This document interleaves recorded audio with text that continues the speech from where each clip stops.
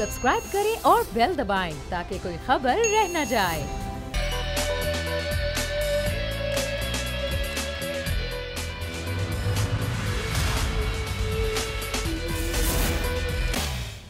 अस्सलाम वालेकुम नाज़रीन, प्रोग्राम आज की ताज़ा खबर के साथ मैं हूं मोहम्मद कामरान। वो कहते हैं ना कि बदलता है रंग आसमान कैसे कैसे।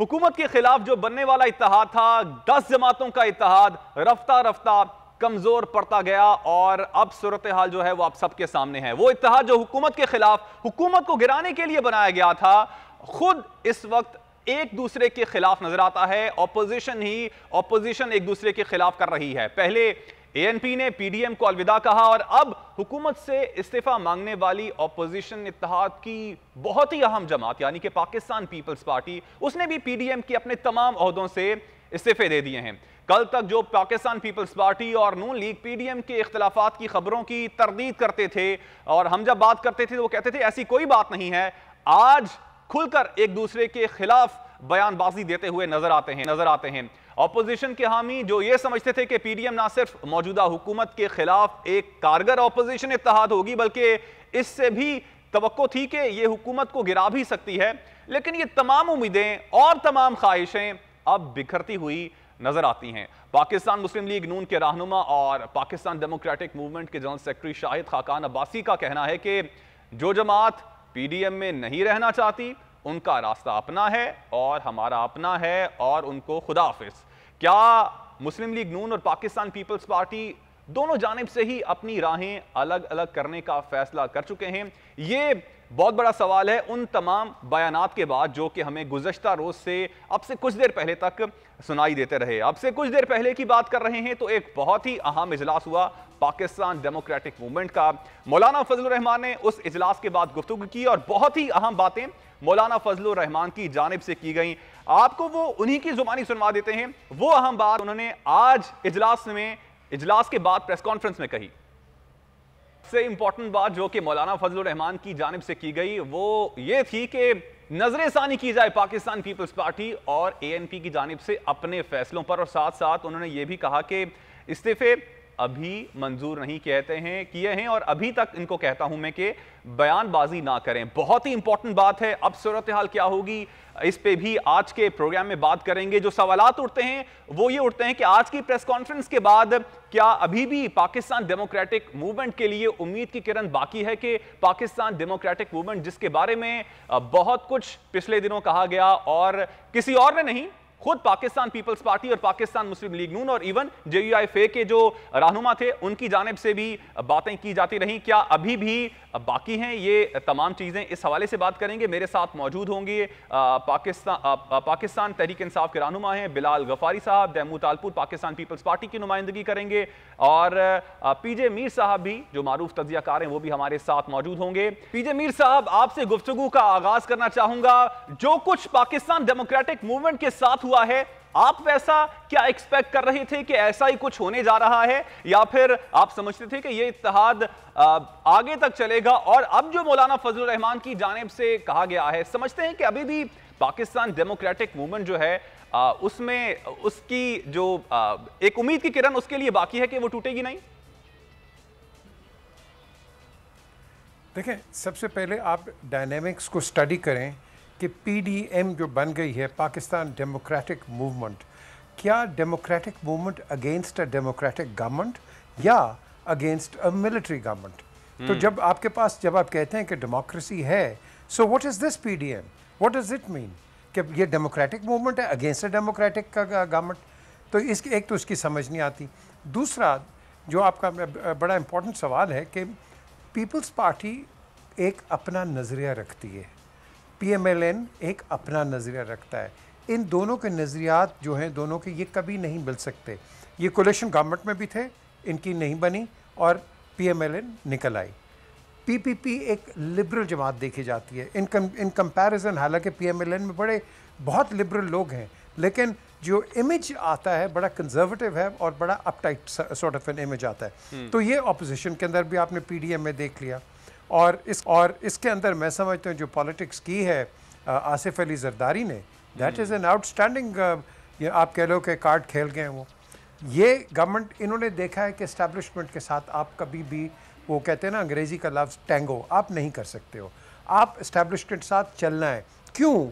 क्योंकि एस्टैब्लिशमेंट अगर आपकी यहाँ वीक होती तो डोंट फॉरगेट, आपका इंडिया एक साइड पे है, आपका अफ़गानिस्तान एक साइड पे है, आपका साथ ये जो ईरान है, यहाँ आपके टेंशन्स हैं, सऊदी अरेबिया। तो मैं समझता हूँ कि ये आपको एस्टैब्लिशमेंट के साथ चलना पड़ेगा, नो मैटर व्हाट यू से। इसके अलावा आप नहीं चल सकते हैं। अगर आप कन्फ्रंटेशनिस्ट एक व्यू लेके आते हैं तो आप एक मैं समझता हूँ डिसमेंबरमेंट की बात करते हैं। आपके पास एक ही इदारा है पाकिस्तान में जो कि यूनिफाइड है, वो है arm forces of Pakistan. Otherwise आप देख लो, पीडीएम ले लो, एआरडी ले लो, एमआरडी ले लो, चार्टर ऑफ डेमोक्रेसी ले लो, हर चीज़ें ले लो, ग्रैंड अलायंसेस भी आप ले लो। क्या हुआ उसका? जो भी गवर्नमेंट आती है आप उसको हटाने की कोशिश कर देते हैं। ठीक, वो मैं जरूर आपसे बात करूंगा। वो एक एआरडी भी बनी थी, आपको याद है, फिर वो एपीडीएम में तब्दील हो गई थी। उस हवाले से भी जरूर बहुत सी मुमासलत है इस वक्त जो चीजें हो रही हैं इनके दरमियान। मैं चाहूंगा कि तैमूर तालपुर से भी उनका मौकिफ लिया जाए। तैमूर साहब, अब मौलाना फजलुर रहमान की जानिब से कहा गया है कि वो पाकिस्तान पीपल्स पार्टी और एएनपी अपने जो मामलात हैं, जो फैसले हैं, उन पर नजरसानी करें। तो आप लोग वापस चाहेंगे कि पाकिस्तान डेमोक्रेटिक मूवमेंट का हिस्सा बन जाएं? बिस्मिल्लाहिर्रहमानिर्रहीम। हमारी हद दर्जे तक कोशिश थी कि हम पीडीएम को इकट्ठा रखें, क्योंकि यही एक हमें होप नजर आ रही थी। पर हम एक चीज पे दूसरी पे तीसरी पे चौथी, जब ये बयानबाजी शुरू हुई तो फिर ये समझ में आ रहा था कि शायद अब ये इत्तेहाद नहीं चल सकेगा, क्योंकि बहुत सी चीजें थी जो हमने बर्दाश्त की। उन्होंने एक ऐसे शख्स को सेनेट का टिकट दिया, पीएमएल नून ने, जो आसिफ अली जरदारी साहब की जबान काटने के वाक़े में मुलविस था। उसके बाद फिर वो हमने बर्दाश्त नहीं किया तो तारड़ साहब का इशू आ गया। उस पर भी हमने कम्युनिकेट किया कि हम इस फैसले पर नाखुश हैं और मेहरबानी करके इस पे नजरसानी की जाए। पर उसके बावजूद कोई खास फर्क नहीं पड़ा और यहाँ तक कि हमें कोई इम्पोर्टेंस भी नहीं दी गई। एक ट्वीट करना मेरे ख्याल से मरियम नवाज साहिबा के लिए कोई अच्छा अमल नहीं था चेयरमैन साहब के खिलाफ, जिसने वो सिलेक्टेड वाली जो उन्होंने बात की। लेकिन उनकी जानिब से ये कहा जाता है कि वो जो जरदारी साहब की जानिब से जब वो बात कर रहे थे इजलास के अंदर, इन कैमरा इजलास था और वो तमाम चीजें लीक आउट हुई, तो उसके बाद से चीजें मजीद खराब हो गई। तो आपकी जानिब से ये स्ट्रेटेजी के तौर पे किया गया और बहुत सी बातें आपकी जानिब जो की जा रही हैं, आपकी तरफ जो उंगलियां उठाती हैं, उनमें एक बात ये भी है कि आप सीरियस शुरू से ही नहीं थे। हम ही तो सीरियस थे, और कौन सीरियस था? अगर आप बात करते हैं जो 9 इलेक्शनें हुई, बाई इलेक्शंस हुई, उसमें किसने कन्विंस किया इनको खड़ा होने के लिए, और उसका रिजल्ट क्या हुआ? अपने 9 में से 8, बल्कि अब तो आपने 9वीं इलेक्शन भी डस्का किया, आप जीत चुके हैं। तो ये हमारे वो तो हाथ उठा के बैठे हुए थे। आप अगर सीरियसनेस की बातें करते हैं तो किसने सोचा था कि गिलानी साहब इस्लामाबाद की नेशनल असेंबली से जीत के आ जाएंगे? वो भी हमारी स्ट्रेटेजी थी कि ये करें। और अगर आप बात करेंगे लॉन्ग मार्च, तो आपकी स्ट्रेटेजी थी या फिर पाकिस्तान इंसाफ की स्ट्रेटेजी थी? जो कुछ इस वक्त पाकिस्तान डेमोक्रेटिक मूवमेंट से हुआ, यही सवाल लगते हैं। फयाजुल हसन चौहान साहब ने भी हमें ज्वाइन किया, बहुत शुक्रिया चौहान साहब आपके वक्त का। चौहान साहब, जो कुछ इस वक्त पाकिस्तान डेमोक्रेटिक मूवमेंट के साथ हो रहा है, तो पाकिस्तान तहरीक इंसाफ खुश तो बहुत होगी। बिस्मिल्लाहिर्रहमानिर्रहीम। देखिए, हम तो हर 2 सूरतों पे खुश थे। पहली सूरत के जब ये इकट्ठे होके नवाज शरीफ साहब बाहर से बैठ के बयानियां देते थे कि जो बयानियां बेसिकली जो है वो मोदी का और जीत का होता था, एंटी पाकिस्तान होता था, एंटी रियासत होता था, रियासती अदारों और अदालती अदारों के खिलाफ होता था। तो उससे भी इनकी जो अवाम के नज़रों में रुसवाई और जगहसाई आती थी, पॉलिटिकली हमें भी उसका बड़ा जनाब एडवांटेज मिलता था। अब जब पीपल्स पार्टी ने एक विजिलेंट पॉलिटिकल डिसीजन किया है और एक जमहूरी डिसीजन किया है कि हम पार्लियामेंट के अंदर रह के जो है वो हम स्ट्रगल करें, क्योंकि इन्होंने 85 के अंदर जो है एमआरडी बना के इसी तरीके से बाइकाट किया था और उसका खमियाजा अगले 15 साल इन्होंने भुगता था। उस तजर्बे की रोशनी में इन्होंने समझाया उन्हें, नवाज शरीफ साहब को भी, बेगम सफदर अमान साहिबा को भी और मौलाना फजलुर रहमान साहब को भी। लेकिन उन तीनों के पल्ले तो कुछ नहीं था, उनका कुछ जाता नहीं था, इनके पल्ले कुछ रहता नहीं था। अगर ये इस्तीफे देते और अगर ये बेगम सफदर अमान और मौलवी फजलुर रहमान और नवाज शरीफ साहब के कहने पे चलते, तो इन्होंने बिल्कुल ठीक डिसीजन किया। सर ये स्ट्रेटजी वैसे क्या पाकिस्तान तहरीक इंसाफ की थी, जो कुछ पाकिस्तान डेमोक्रेटिक मूवमेंट के साथ हुआ कि गिलानी साहब को सेनेटर बना दिया गया और उसके बाद फिर ऑपोजिशन लीडर भी सेनेट में बना दिया गया, और इसके पीछे जो वजूहात थी वो ये थी कि पाकिस्तान डेमोक्रेटिक मूवमेंट के अंदर डंट डाला जा सके, और इस तरह डंट डल भी गया? देखें, वो इकबाल का शेर है कि जो शाख नाजिक पे आशियाना बनेगा नापायदार होगा। ये बेसिकली आशियाना ही ना शाख नाजिक पे बना हुआ था। वो शाख नाजिक क्या थी कि पीपल्स पार्टी और नून लीग दो दरिया के मुख्तलिफ पार्ट्स हैं, वो कभी इकट्ठे हो ही नहीं सकते, कभी भी नहीं हो सकते। जब भी इकट्ठे हुए हैं अपने जाती मफाद के लिए एक दूसरे को इस्तेमाल करने के लिए इकट्ठे हुए, जिसने अच्छे तरीके से इस्तेमाल कर लिया। कभी जनाब नवाज शरीफ ने इस्तेमाल किया जनाब अपोजिशन को, जैसे वो उन्होंने जनाब APDM बनाई थी 2008 के इलेक्शन में, उसमें इन्होंने इसी तरीके से जनाब ARD पहले थी, फिर APDM बन गई, जमात इस्लामी को और हमारी तहरीक इंसाफ को इस्तेमाल कर लिया था। फिर उससे पहले 2000 के अंदर जनाब ये मूवमेंट चला रहे थे बेगम कलसूम नवाज साहिबा को आगे रख के, और सारी अपोजिशन साथ थी, और फिर रात के अंधेरे में जनाब ये बाहर चले गए। तो ये एक दूसरे को इस्तेमाल करने वाली कहानी थी। बाकी मौलवी फजल रहमान साहब का तो सिर्फ कहानी थी 4.5 अरब रुपए की दिहाड़ी लगाना। पहले तकरीबन 1 अरब सवा अरब रुपए की उन्होंने 2019 नवंबर में लगाई थी नवाज शरीफ साहब से पैसे हींट के। अब इन्होंने 4.5 अरब रुपए का बजट पेश किया था। ये तो चाहते थे कि यार ये मसला लगा रहे, लॉन्ग मार्च होते रहे, पैसे कमाइयाँ करते रहे, वो कहते हैं ना बच्चे जींदे रहें तो पाग लगे रहें। वो तो मौलवी फजल रहमान साहब का तो ये मसला था। तो बाकी वो जो दोनों है बेगम सफदर रहमान साहिबा और नवाज शरीफ साहिबा, दोनों मुजरिम हैं, दोनों के पल्ले कुछ भी नहीं है। सर उस वक्त वैसे आप जो बात कर रहे हैं कि मुशर्रफ दौर में मियां नवाज शरीफ साहब बाहर चले गए थे, तो आपके दौर में भी तो मियां नवाज शरीफ बाहर चले गए हैं, और अब मरियम नवाज साहिबा की भी कुछ बातें हो रही हैं। ऐसा कुछ मुमकिनात में से है कि मरियम नवाज साहिबा भी मुल्क से बाहर चली जाएं? क्योंकि उस वक्त हम यही सुनते थे कि नवाज शरीफ साहब आपकी गवर्नमेंट के होते हुए कम से कम मुल्क से बाहर नहीं जाएंगे। नवाज शरीफ साहब तो बाहर गए ना, बेगम सफदर रहमान साहिबा के ट्वीट और डॉक्टर अदनान के टीके, और फिर उसके बाद आपकी इस्लामाबाद हाई कोर्ट और लाहौर हाई कोर्ट के जनरल डिसीजन से एक डिसीजन ये था कि ECL में से ना निकालो, दूसरा डिसीजन ये था कि 50 रुपए वाले स्टाम्प के ऊपर इनको बैठ जाने दो। तो जब ये चीजें हो गई, लेकिन सर वो सारी रिपोर्ट्स तो वो आपकी वजीर सेहत ही देती थी सुबाई। नहीं, वजीर सेहत अपने घर से बना के नहीं लाती थी रिपोर्टें, इन्होंने खुद सर। लेकिन अब आप कहते हैं कि वो बिल्कुल ठीक है, तंदुरुस्त हैं, तस्वीरें उनकी शेयर करते हैं। असल में मसला तो क्या है, इस पूरे इशू पे ना नवाज शरीफ के बाहर जाने से कोई भी बरी-ओ-ज़िम्मा नहीं हो सकता। आप भी नहीं हो सकते, आपका दायरा भी नहीं हो सकता, मीडिया का कोई TV चैनल भी नहीं हो सकता, कोई अखबार भी नहीं हो सकता, कोई अदालत भी नहीं हो सकती, कोई सियासी जमात भी नहीं हो सकती। वजह ये है कि बेगम सफदर रहमान के ट्वीट और डॉक्टर अदनान के टीकों ने माहौल ऐसा गर्म कर दिया था कि हर बंदा ये समझता था कि अगले 10 सेकंड के अंदर नौजुल्ला माजल्ला मौत का फरिश्ता कहीं अपने साथ ही ना ले जाए नवाज शरीफ साहब को। सारे डर गए थे और यरक गए थे। सर हम तब डरे थे, जरके थे, जब वो आप टेलीविजन पे आके वजीर सेहत खुद कहती हैं कि ये तो किसी वक्त भी कुछ भी हो सकता है। तो वो हमने तो इसीलिए उन्हीं की बात पे यकीन किया कि ऐसा होगा। ना हमारे पास रिपोर्ट थी, ना हम अस्पतालों के इंचार्ज थे। सुने उनकी बातों पे नहीं यकीन करेंगे। मैं सियासी कारकुन हूँ और उस वक्त वजीर इत्तलात भी था, मेरे तो टिप्स पे सारी चीजें। जनाब 24 घंटे की कवरेज 100% TV चैनलों की। सर वो 3 बार के वजीर आजम थे, हम और क्या करते? आप सुन तो लो यार, बीच में ना टोको, पूरी बात सुन लो ना, पूरी बात। सुबह से लेके रात तक हर TV चैनल, छोटा बड़ा जनाब, क्या एंकर, क्या प्रोड्यूसर, क्या तजबिया निगार, क्या जनाब न्यूज एंकर, हर वक्त ये कवरेज होती थी। अब प्लेटलेट्स ऊपर हो गए, अब नीचे हो गए, अब कम हो गए, अब मरने लगे, अब जाने लगे, अब ये होने लगा, अब वो होने लगा, और फिर साथ ऐड करके कहा जाता था कि अगर इनको बाहर ना भेजा गया तो इमरान खान से जालिम कोई नहीं होगा, वजीर आजम से बड़ा जालिम कोई नहीं होगा, तहरीक इंसाफ की हुकूमत जुल्म कर देगी।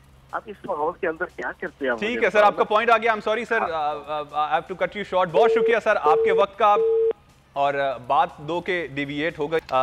पीजे मीर साहब, अब इस वक्त जो पाकिस्तान डेमोक्रेटिक मूवमेंट ने अपने साथ कर लिया है, इसकी जिम्मेदारी आप किसको देते हैं? क्या आप समझते हैं कि पाकिस्तान पीपल्स पार्टी जो थी वो सीरियस ही नहीं थी शुरू से, या फिर आप जो पाकिस्तान पीपल्स पार्टी की जानिब से पाकिस्तान मुस्लिम लीग नून पर इल्ज़ाम लगाया जाता है कि वो अथॉरिटेटिव हो गई थी और फैसले उनको बीच में मिलाए बिना ही लिए जाना शुरू हो गए थे, और वो पाकिस्तान मुस्लिम लीग नून ही ले रही थी, डिक्टेट कर रही थी पाकिस्तान मुस्लिम लीग नून, जिसकी वजह से ये मामलात यहां तक पहुंचे? आपकी नजर में कौन सा मौक़िफ़ दुरुस्त है? देखिए, पीपल्स पार्टी एक मेजर पॉलिटिकल पार्टी है, PMLN एक मेजर पॉलिटिकल पार्टी है। ये जो बाकी सैटेलाइट्स थे ये पॉलिटिकल शटलकॉक्स थे। इनको इन दोनों पार्टियों ने आगे ग्राउंड में भेजा कि तुम निकाल लो कितने बंदे तुम लेके आते हो। तो जब उन्होंने देखा कि भाई उनके तो बंदे ही कोई नहीं निकले, तो वाई वुड पीपल्स पार्टी और PMLN अपनी क्रेडिबिलिटी को ज़ीरो कर दें। लेकिन यहाँ डिफरेंसेस आपस में इतने आ गए कि जब ये जो छोटी पॉलिटिकल पार्टीज़ हैं लेड बाय मौलाना साहब, इनकी कोई वक़्त उतनी नहीं है जितनी होनी चाहिए। ये वक़्त है सिर्फ नून की और पीपल्स पार्टी की। पीपल्स पार्टी और नून आपस में मिल कभी नहीं सकते। बैठ के आपको जैसे पहले कहा कि आपस में बैठे थे, इनकी बनी नहीं और कोलिशन गवर्नमेंट इनकी ख़त्म होगी। तो यहाँ बात आती है कि इन्होंने वाटर टेस्ट किया कि ये नीचे क्लाइमेट क्या है। क्लाइमेट आपके सामने आपको नज़र आ गया, पॉलिटिकल क्लाइमेट। अगर तो कोई एक्चुअली जिस तरह प्रोजेक्ट किया जा रहा है कि भाई बड़ा गंदा हाल है और बेड़ा गर्क हो रहा है, ठीक है, हो भी रहा है, लेकिन इतना भी नहीं है कि पाकिस्तान रीजन डूबा जा रहा है। एक तो मैं समझता हूँ इस हुकूमत की या कोई भी हुकूमत होती तो उसकी एक बदकिस्मती है कि वो पेंडेमिक के दरमियान आ गई। अब पेंडेमिक के दरमियान कोविड के अंदर आपको क्या पता कि दुनिया क्या, पाकिस्तान तो खैर छोड़ें, पूरी दुनिया की इकॉनमी नीचे बैठ गई है। हम तो फिर भी सर्वाइवर हैं और हमें अप्रिशिएट किया गया पाकिस्तान के अंदर।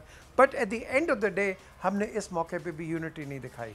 ये वक्त नहीं था कि कन्फ्रंटेशन आप आ गया है, ये वक्त नहीं था कि आप नारे लगाएं कि इस गवर्नमेंट को उड़ा दो, ये कर दो, वो कर दो। कि जब हम देखते थे नारे लूली लंगड़ी जमहूरियत भी अच्छी है, तो यार फिर चलने देते आप लूली लंगड़ी जमहूरियत को। फिर आपको क्या प्रॉब्लम थी? फिर आप डिसमेंबरमेंट पे आ गए। फिर इंटरनल मैं समझता हूँ जहाँ एक फोपो जो बहुत सर, बड़ा सर आया, बात सर यही है कि ऑन ए टाइम ही लिया, आवाम का वक्त ही जाया किया। इन तमाम दिनों में कुछ हुआ नहीं जो कि वो कह रहे थे उस हवाले से। तैमूर साहब, पाकिस्तान डेमोक्रेटिक मूवमेंट के बारे में पाकिस्तान पीपल्स पार्टी कहती है कि ये तो हमने ही बनाई थी और उसकी ओनरशिप लेती है। तो इस्तीफे वैसे आपने क्यों दिए हैं अगर आप ओनरशिप भी लेते हैं?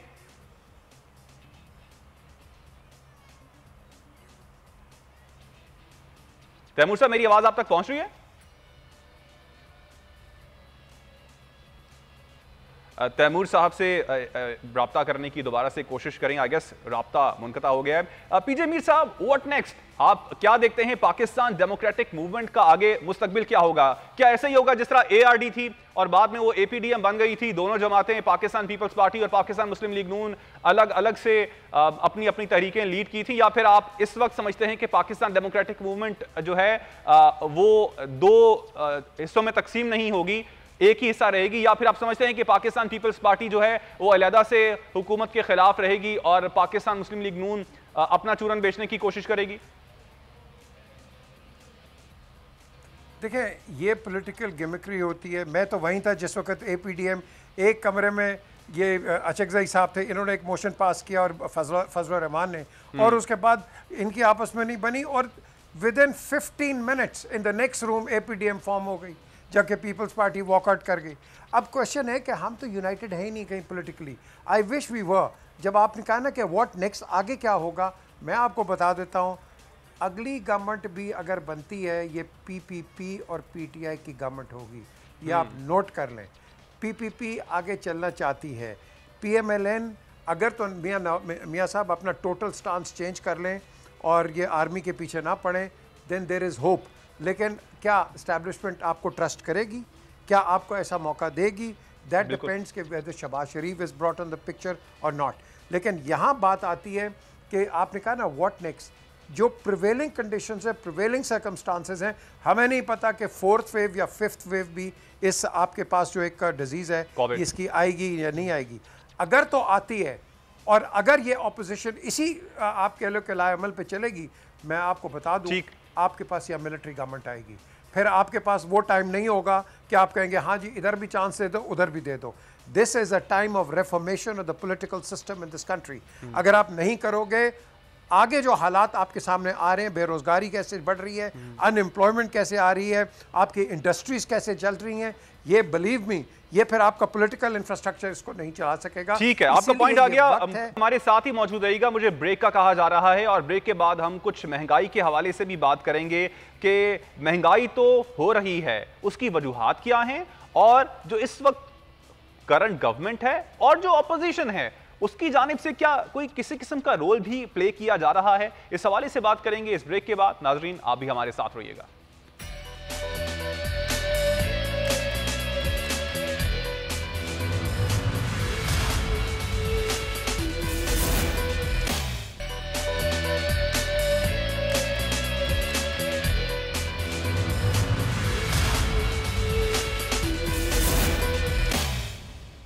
नाजरीन, प्रोग्राम आज की ताज़ा खबर में एक बार फिर खुशामदीद। नाजरीन, मौजूदा हुकूमत को कायम हुए 33 माह हो गए हैं, लेकिन इस अरसे में ना तो हुकूमत ने सुख का सांस लिया है, ना ही हुकूमत ने आवाम को सुख का सांस लेने दिया है।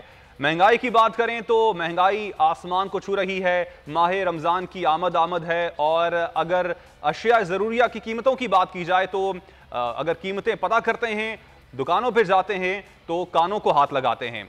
हुकूमत तो हुकूमत, ऑपोजिशन भी सिर्फ और सिर्फ ऐसे ही लगता है कि सिर्फ और सिर्फ अपने ज़ाती मफादात की जंग ही लड़ रही है। कहीं पर उनके जो अवामी मसाइल हैं वो हमें दिखाई नहीं देते हैं कि वो उनके लिए जंग लड़ रही है। हुकूमत की जानिब से भी अवाम को रिलीफ देने की बातें की जाती हैं, दावे किए जाते हैं, वादे किए जाते हैं, लेकिन अगर प्रैक्टिकली बात की जाए, ऑन ग्राउंड सूरत हाल की बात की जाए तो वो इसके बिल्कुल बरक्स दिखाई देती है। हमारे रिपोर्टर उमर हयात इस वक्त हमारे साथ मौजूद हैं।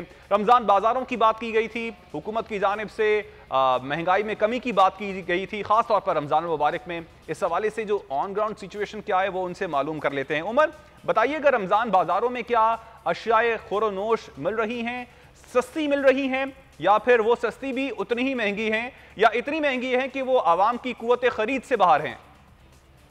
जी कामरान, अगर रमज़ान सस्ते बाज़ारों की बात की जाए या फिर यूटिलिटी स्टोर्स पर जो अशिया सस्ती मिल रही हैं उनकी बात की जाए, तो यहाँ ये सिचुएशन सामने आती है कि जो इस सोसाइटी का सफ़ेद पोस्ट जो तबका है उसके लिए रमज़ान सस्ते बाज़ारों में जाना या यूटिलिटी स्टोर्स पर जाना और लाइनों में लगना बड़ा मुश्किल होता है, और इसलिए वो जो है मार्केट से वही अशिया मार्केट प्राइस पर जो है वो खरीदने पर मजबूर हो जाते हैं। और रमज़ान जो सस्ते बाज़ार हैं, यकीनी तौर पर उनमें जो सस्ती अशिया हुकूमत की जानिब से मुयस्सर तो होती हैं, लेकिन वहाँ पर रश इतना होता है, वहाँ पर लाइनें इतनी लगी होती हैं कि वहाँ पर जो सफ़ेद पोश तबका है वो नहीं जा सकता।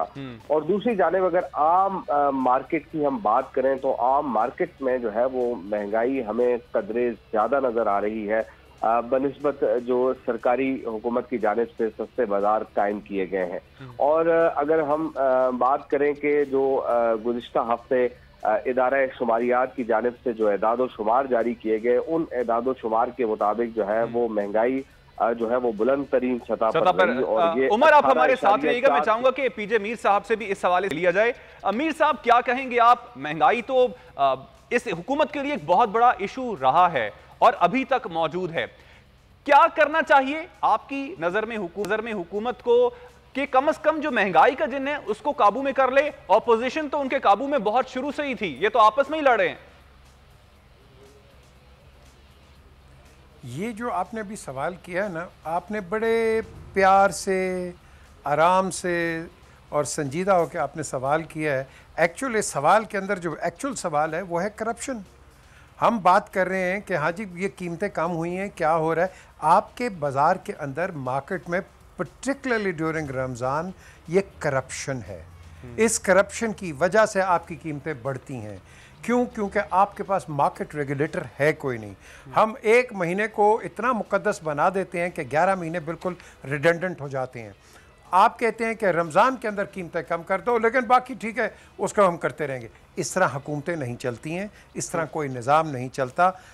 आप देखें बरतानिया में चले जाएं, आपकी कीमतें वैसे ही कम हो जाती हैं, गवर्नमेंट को कहने की ज़रूरत नहीं है। बिल्कुल। यहाँ गवर्नमेंट सस्ते बाज़ार भी लगा रही है, कीमतें कम भी करवा रही है।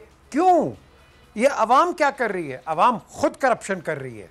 इसका ये जो ताजर है इसका काम है, ठीक है बिल्कुल मुनाफा कमाओ, लेकिन इतना तो ना कमाओ कि गरीब आदमी को तुम ही पीस रहे हो, और फिर हम जो भी हुकूमत हो, नून हो, पीपल्स पार्टी हो, PTI हो, हम इनके पीछे पड़ जाए और देखो जी ये हुकूमतें बेड़ा गर्क कर दे। नो, आप सबसे पहले अगर आपने इस सिस्टम को ठीक करना है, मैं आपको एक सलूशन आज दे देता हूँ। ये 4 चीज़ें हैं। आप इसको ठीक कर दो, आपके ये जो सवालात हैं बिल्कुल रिडंडेंट हो जाते हैं। आप एक पटवारी को ख़त्म कर दो, थाना कल्चर ख़त्म कर दो, कब्ज़ा ग्रुप ख़त्म कर दो, जुडिशल रिफॉर्म्स लेके आ जाओ, ये 4 चीज़ें ख़त्म कर दो, आपके मसले ही ख़त्म हो जाते हैं पाकिस्तान के अंदर। क्योंकि इसकी वजह से बाकी ऑफ शूट्स निकलती हैं और इधर महंगाई होगी है, आप उधर डिफेंस में चले जाओ, वहाँ अच्छा मीर साहब, जो 4 चीज़ों का आपने तज़किरा किया, क्या अपोजिशन भी खुद से इन चीज़ों पे काबू पाने के लिए, हुकूमत का साथ देने के लिए तैयार आपको नज़र आती है? क्योंकि मैं शुरू में भी बात कर रहा था कि हुकूमत जो है वो अपने मसाइल में उलझी हुई है, अपनी जो ज़ाती मफादात हैं वो उनकी तरजीह राज़ अवामी मसाइल। आप देख लें, अब से कुछ देर पहले तक भी हम जो बातें कर रहे थे वो पीडीएम के टूटने की बातें कर रहे थे, ना कि जो अवामी मसाइल इस वक्त अवाम को दरपेश हैं, जिस किस्म के मसाइल, टैक्सेस में इजाफा हो चुका है, अवाम की तनख्वाहें कम हैं, जो डे टू डे लाइफ है वो गुजारना मुश्किल हो गया है, हम उसकी बात नहीं कर रहे हैं, हम पीडीएम की बात कर रहे हैं कि वो क्यों टूट गई है। क्यों आप समझते नहीं है कि पाकिस्तान डेमोक्रेटिक मूवमेंट एक जानिब, ऑपोजिशन एक जानिब, और सिर्फ वो अपनी बात कर रही है और ऑपोजिशन भी अपनी बात कर रही है कि हमारे लिए क्या हो रहा है, अवाम जाए भाड़ में। ये बिल्कुल सही आपने कहा है। देखिए ना, ये कौन एक आम आदमी की बात करता है? ये हर बंदा, हर पार्टी अपनी सर्वाइवल की बात कर रही है कि मेरे आदमी को अंदर ना करो, मेरे आदमी को ठीक कर दो, उसको उधर लगा दो, उसको ना उधर लगाओ। पार्टी टू पार्टी आप देख लो, हर आदमी एक ऐसी बात कर रहा है कि जिसका कोई आम आदमी से ताल्लुक ही कोई नहीं है। ये अपनी सर्वाइवल ढूंढ रहे हैं और जो गरीब है वो अपनी सर्वाइवल ढूंढ रहा है। तो जब तक हम इसको एक मीडियम पे नहीं लेके आएंगे, गवर्नमेंट एंड द ऑपोजिशन, आप आगे नहीं चलेंगे। आपका क्या ख्याल है? चलें हम डिबेट करते हैं कि जी ये गवर्नमेंट कल चली जाती है, वेरी गुड, चली गई, ठीक। तो आप जो नए आने वाले हैं, ये जो इधर बाहर बैठ के बैंड बजा रहे हैं, शोर कर रहे हैं, आपके पास क्या सोल्यूशन है कि कल आटे की कीमत कम होगी, चीनी की कीमत कम होगी, एम्प्लॉयमेंट आएगी? ये पॉलिटिकल गिमिक्री है। जो हुकूमत पे नजर रखती है वो ऑपोजिशन नजर रखती है, और ऑपोजिशन जो है वो इस वक्त अपने जाती मसाइल पे नजर है, ना कि अवामी मसाइल पर। बहुत शुक्रिया पीजे मीर साहब, आपने वक्त दिया। उमर, आपने हमें ताज़ा तरीन सूरत हाल से आगाह किया, आपका भी शुक्रिया।